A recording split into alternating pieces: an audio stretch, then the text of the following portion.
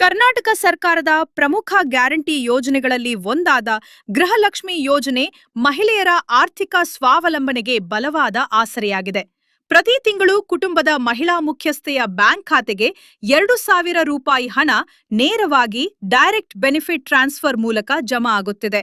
ಈಗ 31ನೇ ಕಂತಿನ ಹಣ ಕೆಲವು ಜಿಲ್ಲೆಗಳಲ್ಲಿ ಈಗಾಗಲೇ ಜಮಾ ಆಗಿದೆ, ಕೆಲವು ಕಡೆ ಇನ್ನೂ ಬಾಕಿ ಇದೆ. ಆದರೆ ಇದೀಗ ಬಾಕಿ ಉಳಿದಿರುವ ಜಿಲ್ಲೆಗಳ ಮಹಿಳೆಯರ ಖಾತೆಗಳಿಗೆ 31ನೇ ಹಾಗೂ 32ನೇ ಕಂತಿನ ಹಣ ನೇರವಾಗಿ ಡಿಬಿಟಿ ಮೂಲಕ ಬಿಡುಗಡೆಯಾಗುತ್ತಿದೆ.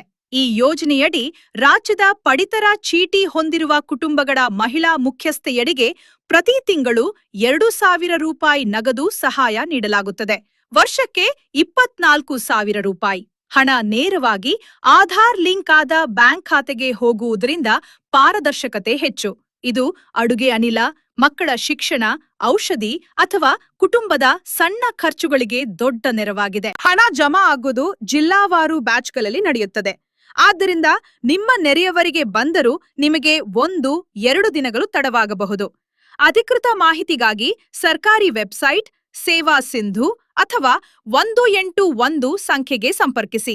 ಹಣ ಜಮಾ ಆಗುವ ಸಮಯ ಜಿಲ್ಲೆ ಮತ್ತು ಬ್ಯಾಂಕ್ ಪ್ರಕ್ರಿಯೆಯನ್ನು ಅವಲಂಬಿಸಿರುತ್ತದೆ. ಇನ್ನು ಗೃಹಲಕ್ಷ್ಮಿ ಯೋಜನೆಯಲ್ಲಿ ಪ್ರತಿ ತಿಂಗಳು 2,000 ರೂಪಾಯಿ 1,000 ರೂಪಾಯಿ ಪಡೆಯುತ್ತಿರುವ ಮಹಿಳೆಯರು ಗಮನಿಸಿ.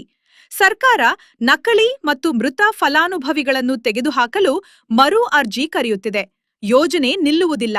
ಅರ್ಹರಿಗೆ ಹಣ ಮುಂದುವರಿಯುತ್ತದೆ. ಹೊಸ ಅರ್ಜಿ ಸಲ್ಲಿಕೆ ಇನ್ನೂ ಅಧಿಕೃತವಾಗಿ ಆರಂಭವಾಗಿಲ್ಲ. ಮಾರ್ಗಸೂಚಿ ಬರುತ್ತಿದೆ.